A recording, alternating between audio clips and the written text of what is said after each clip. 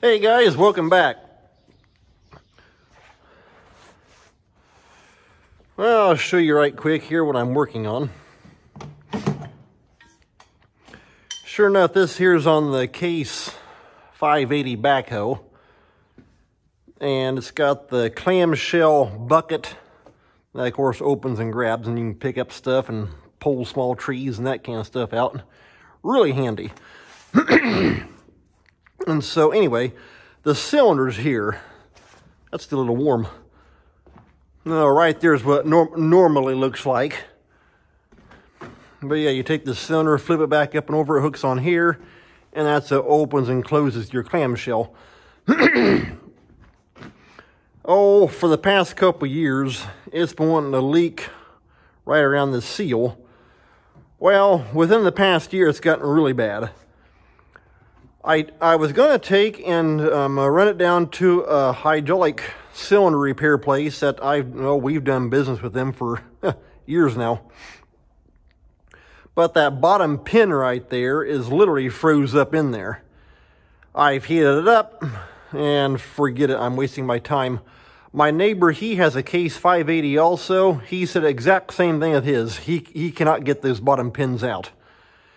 And so, anyway, I got the seal kits, and so I'm going to attempt to rebuild it myself. But the fun job was getting this top piece here threaded out of the, well, they call this outside piece here, the barrel. And so what I did, since I couldn't take it off and take it down to that place, I called and talked to him, about half hour ago now. And I hope you can see on the camera there all right. I guess so. Wait and see. Anyway,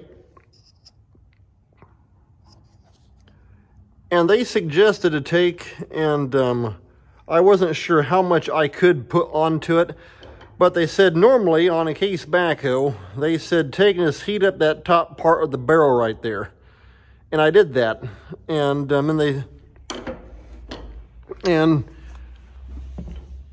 in fact, I didn't actually, I'm trying to see here. I didn't even get clear on the bottom. Basically just around, clear up over to here. So roughly 3/4 of it. And it takes a spanner wrench, one of these guys. You take, and let's see here, where are those little pins drop into holes on that collar, like that, and then you can turn it around. Well, the thing is though, it was so froze up, I had to watch. I was going to end up breaking the pins off my spanner wrench, because you just take and put a 1/2 inch ratchet into whichever side you want to put on and pull that way. And so I tried the spanner, didn't work, and I didn't want to break it.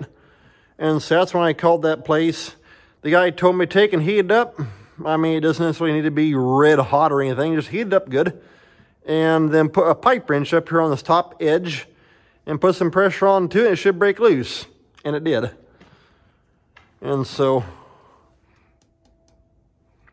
we're cooling down. Just a little warm yet. But in fact, today it should cool off pretty good. Yesterday, in fact, if you saw my last video where I was taking that corn head all apart,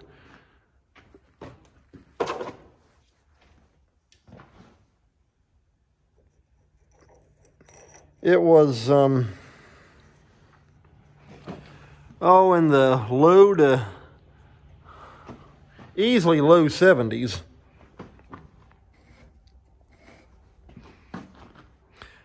Then it crashed overnight, and it's been in the, I'm guessing, mid to upper 40s today.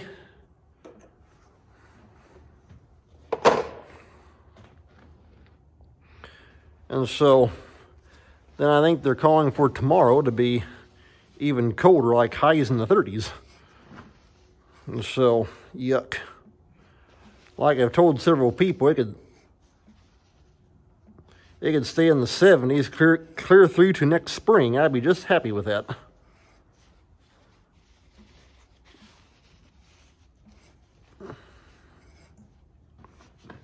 I'm not sure how deep in that top collar threads into the barrel. Just putting that rag around it because it's still just a little bit warm. It's not too bad, but no sense burning off my fingertips.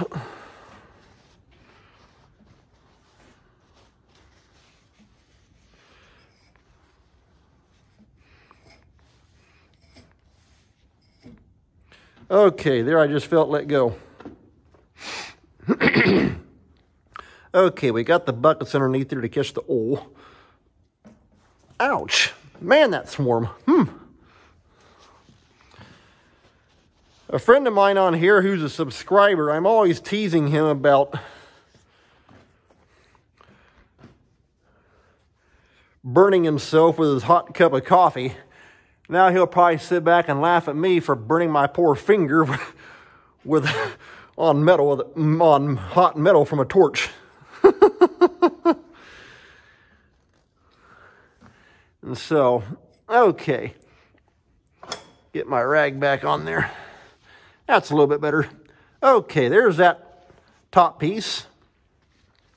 Now, I didn't think there'd be a whole lot of oil in that because, before noon, I took the top pin out right there, laid the cylinder back. Of course, I took the hoses all off.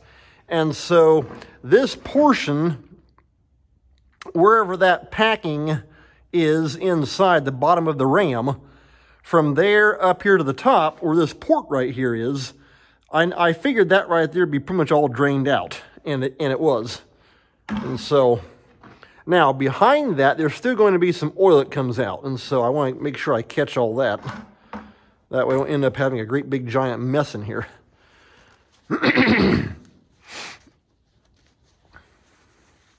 But last time I used this thing, it's been here a couple weeks ago. Every time I'd open up the loader, it'd just shoot oil up around this seal right here, and so I know they're shot. Well, nothing like getting your hands literally all covered with oil and grease.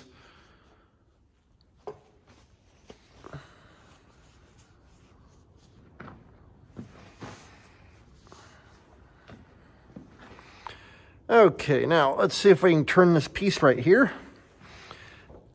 And I can tell you one thing, I sure want my phone to fall out of my holder and right down that oil bucket. I got it clamped in there pretty good.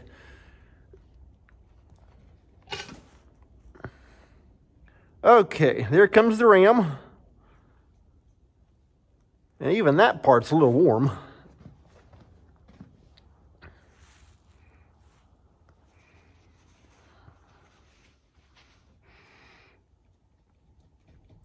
Come on, let's go. I just got to watch when I go to pull that thing out of there that I'm not staying in front of it too much. Okay, that part right there began to spit some oil out. Oh, I see.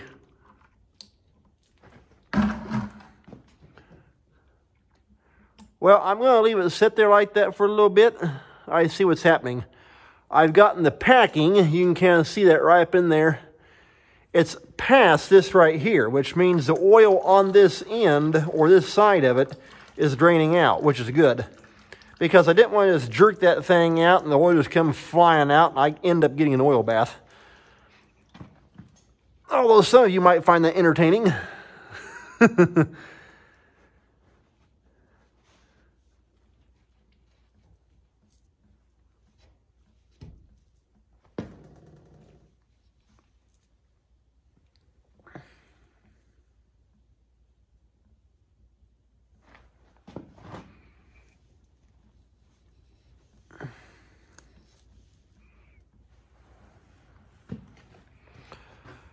Although I am kind of beginning to wonder if Now that I've got that bottom packing up to those threads,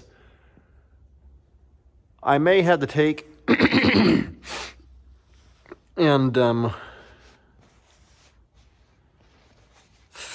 kind of screw the whole entire ram out. Wait and see.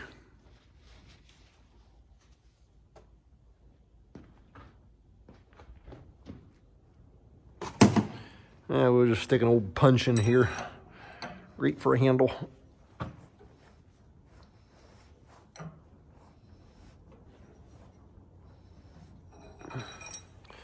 Well, maybe not.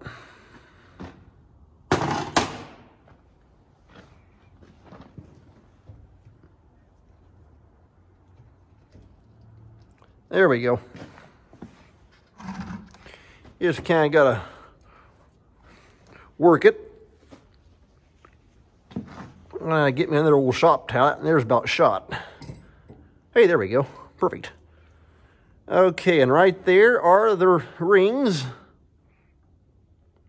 Now, I knew that it was not leaking internally because what I did, let me take and set this down. Well, kind of shot myself in the foot on that one. I'll just sit right there. I should have had a spot to set that. Oh, this is back early fall, late summer even.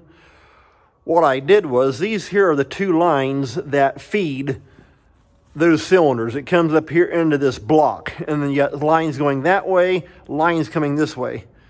And so what I did, I simply just took and capped these lines off, and I capped off where they tie in right here on this block. And so I knew I did not have an internal leak, because with the clamshell here part of it shut, it means that the ram is fully extended to the end, and so you have oil all down here in the bottom part of the barrel. Now, if it was leaking internally, it would have meant that the oil was seeping around these packing seals right here, going from this side to this side, which would have allowed the clamshell to open up. It never did.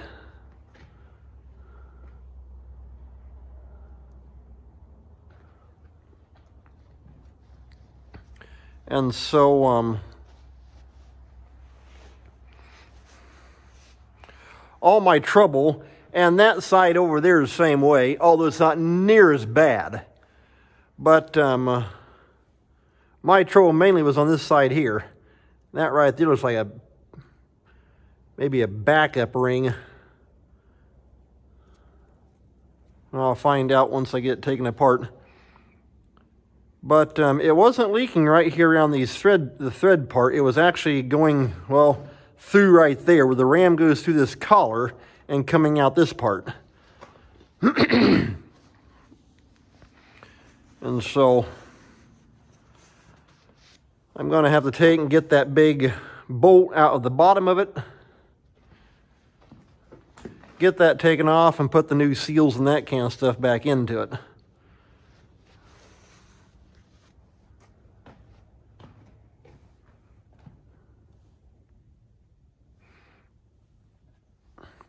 You'd be surprised, it's kind of weird how that heat transfers right down that thing.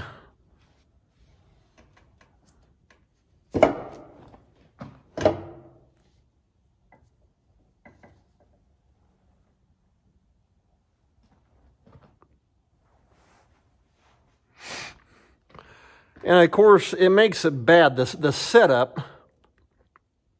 It would actually be better if, well, the way the cylinder, the way the lines hook up, you couldn't do it.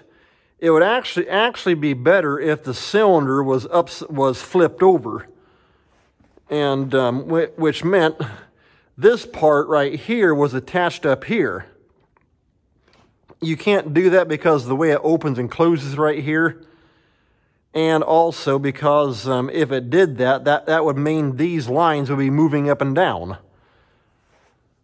as the barrel moved, opening and closing the clam. But the way it's sitting, you can see right there on that one.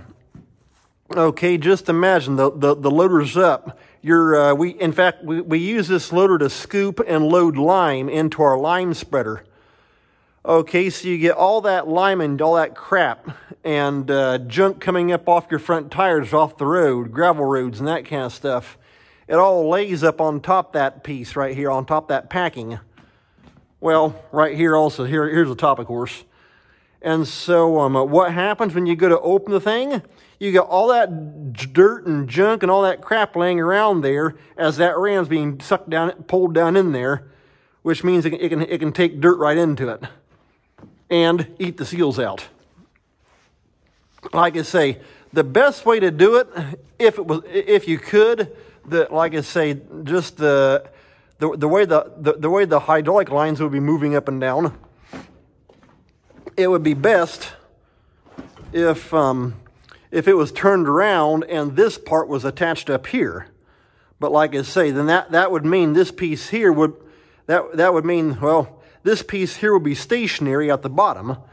And as you open and close the clam, which is this section right here, as that would go down, this piece here would be moving along with your hoses. And so, and of course, the way they are out through this hole right here, they end up rubbing holes into them. But if it was upside down, then you wouldn't have a ledge right there to catch all that crap onto and suck right down into it and begin to affect the seals with all the dirt and everything laying there. And so, anyway, well, tell you what, I think I'm going to call it. In fact, I don't know, I may end up just taking and making a couple parts on this. So we're going to call an end to part 1 here, and then who knows when I'll bring you back in for part 2. We'll wait and see. Take care. Thanks for watching. We'll see you next time.